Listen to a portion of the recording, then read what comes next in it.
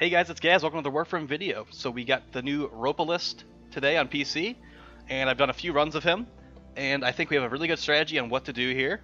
I would like to just let you guys know that currently this fight is very buggy on PC. It just came out today, so it's kind of expected, but I've currently only been able to complete it as a solo player. I have not been able to complete it with a squad a single time. I've tried about 3 times at this point. So yeah, this is going to be a mostly solo guide. But it's not a very hard fight, guys, so this is just going to be basically showing you what you need to do, and if you're getting confused, you can reference this video. But we're going to first go over the gear that we're using to fight this guy. So we're using basically a 477 amp, so the main thing that we're caring about here, guys, is the Rahn Prism.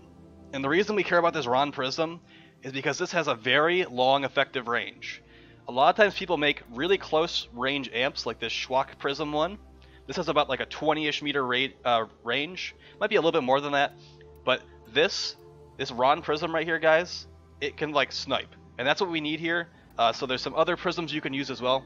Like I said, you can use the Rahn. You can also use the Cantic Prism, and there's also the Ropalolyst Prism. Those would be the 3 main amp parts I recommend for you guys here.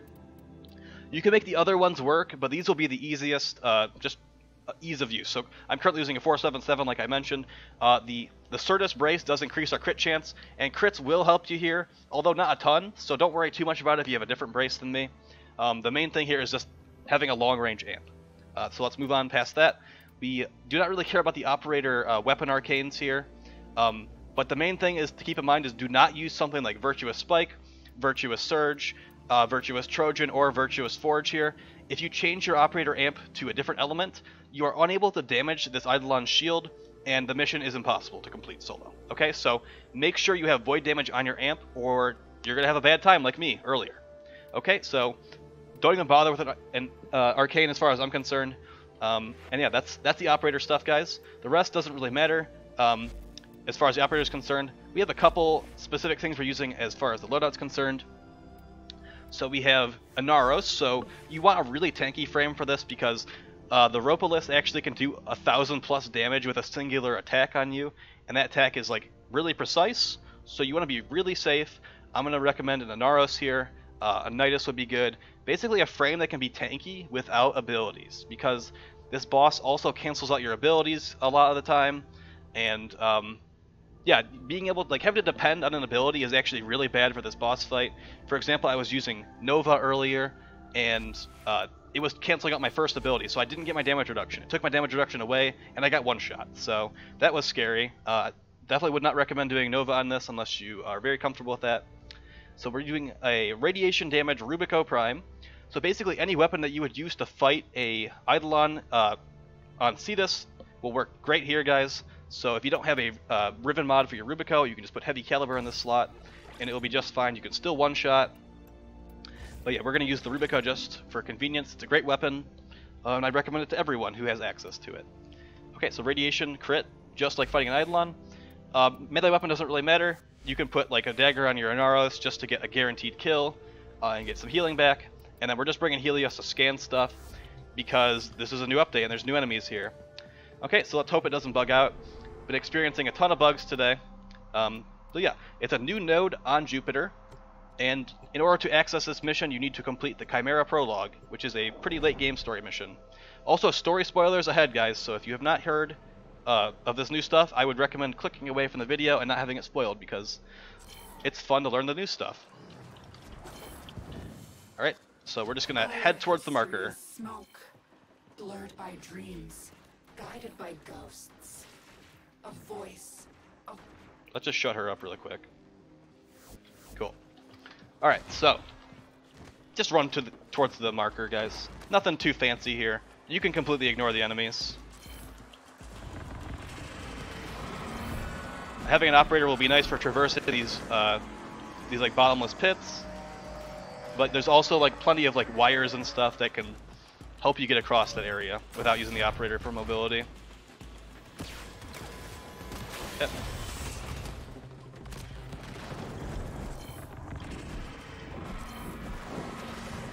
See, this is the Jupiter tile set now, guys. It's been completely changed.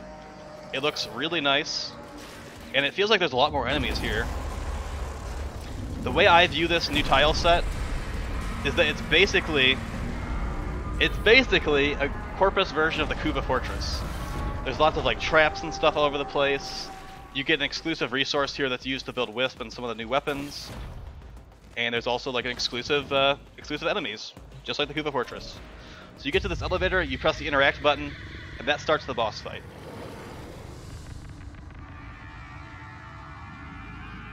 So our main objective here, guys, is that we are going to use our operator's void damage to drop this guy's shield. So if he has a purple shield, that means you use your operator. See, we're shooting him with our gun, we're getting zeros. We switch to operator, our operator's amp is actually damaging his shield, and he's almost dropped his entire shield. When the shield is completely down, you jump up there and push the interact key, and that lets you control the boss. So the boss is basically like your car now. You can drive it. What you want to do is you want to actually put him near one of these towers. There's 3 towers, one in the middle, one on the right, one on the left. Drive him close to that, and then push the melee key to jump off. And now what we're trying to do is we're trying to bait him into attacking this thing.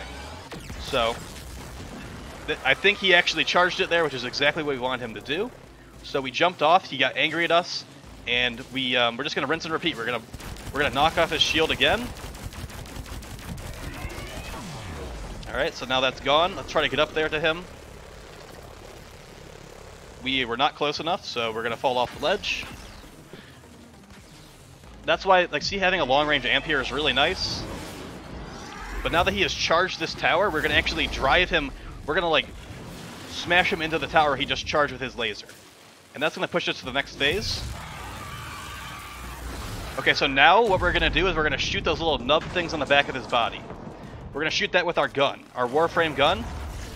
There's going to be some ads that also spawn here. If you're playing Inaros, you can ignore them. And see, we just one-shot that limb.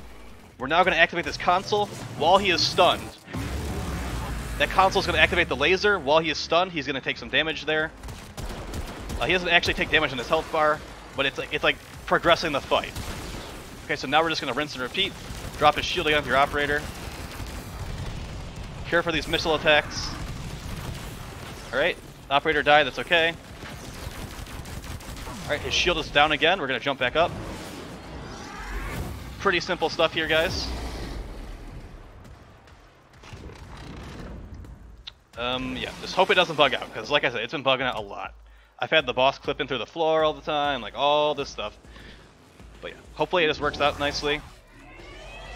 He's angry, get behind the objective.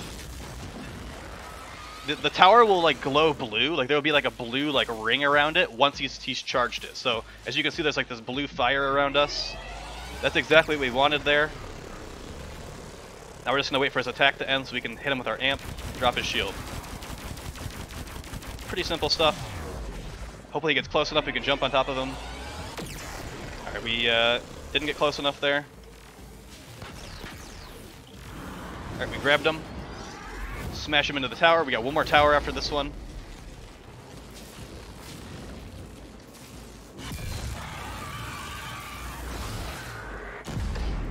Alright.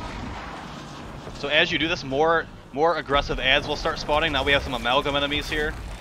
Actually, we had amalgam enemies in the last wave, but the last wave will be sentience. He actually spawned some Batalists, I believe they're called. Alright, we stunned him by breaking a limb.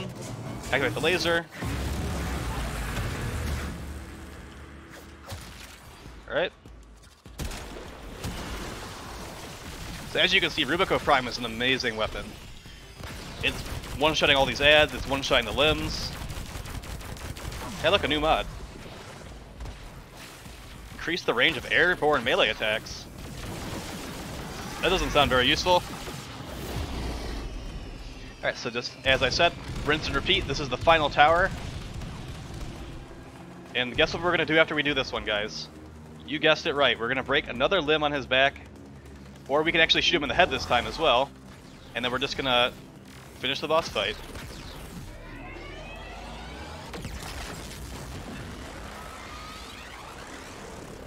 Yep. Tower is charged. We got the little blue ring around us. Then we drop the shield.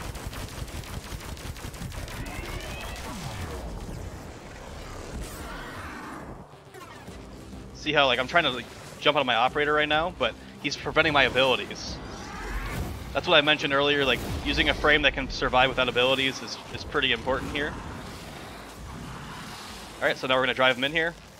Easy mode. And now, like I said, you can shoot either the back of them or you can shoot the head. Like, all you need to do here basically is just do enough damage to stun him. You do enough damage to stun him, you use the laser, and he's dead. It's really not even hard. The bugging out is what makes it hard. Now we can just dance with these sentients. Have a good old time. Okay, so once that completes, you just run to extraction, guys. You can either take all these little wires to get across there, or you can just jump across like I'm about to do. Alright, cool.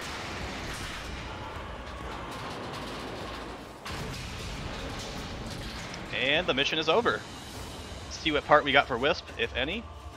Got the Wisp chassis blueprint, some of the new resource, and this new mod, Amalgam Furax Body Count. So it's a mix of body count and some other custom stuff. So yeah guys, under 7-minute run there. I definitely would recommend all the gear I'm currently using in this video. So we got the 477 amp, Rubico Prime modded for radiation and crit, and Inaros Warframe. You literally don't need anything else besides those. And yeah, hope you guys found this video helpful.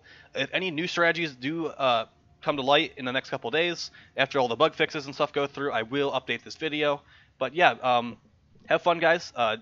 Try not to let the bugs for this update trigger you too hard, and if you're watching this in the future, enjoy your Wisp Warframe. Peace, guys.